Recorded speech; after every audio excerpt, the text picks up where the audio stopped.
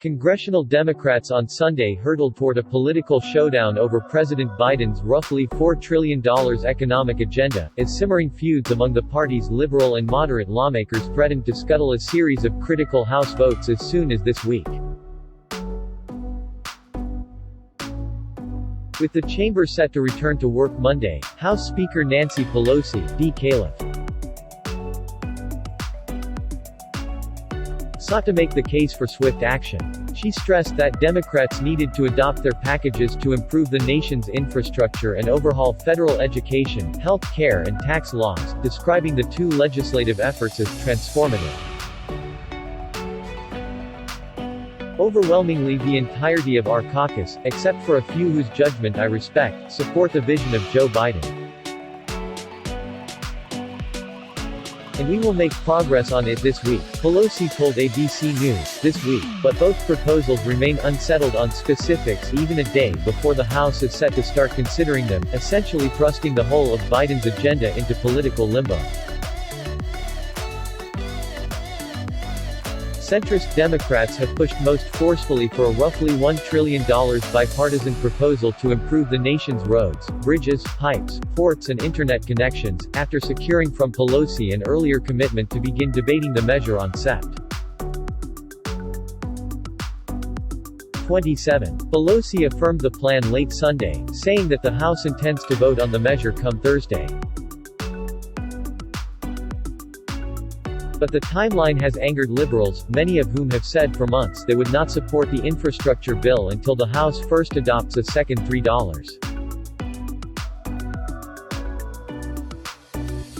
$5 trillion plan that raises taxes on wealthy Americans and corporations to pay for a slew of new federal safety net programs. The party divisions have put Pelosi in a political bind, as she looks to satisfy two disparate party factions in the midst of a ticking clock. Adding to her challenge, lawmakers also have only 5 days left to adopt a measure to fund the government, preventing a shutdown in the middle of a pandemic. The House Speaker still tried to project some confidence on Sunday, stressing she believes the House can finish its work on time and pass the bill this week that improves the nation's infrastructure. In the same breath, however, she also told ABC News she would never bring a measure to the floor that doesn't have the votes, reflecting the vast uncertainty in the days ahead. Pelosi also acknowledged that the $3.5 trillion tax and spending package is likely to be reduced in size, describing its whittling down as self-evident. Yet she dismissed the idea that the few people not in agreement evince a party that is divided, insisting even Democrats, who want a smaller number, support the vision of the president.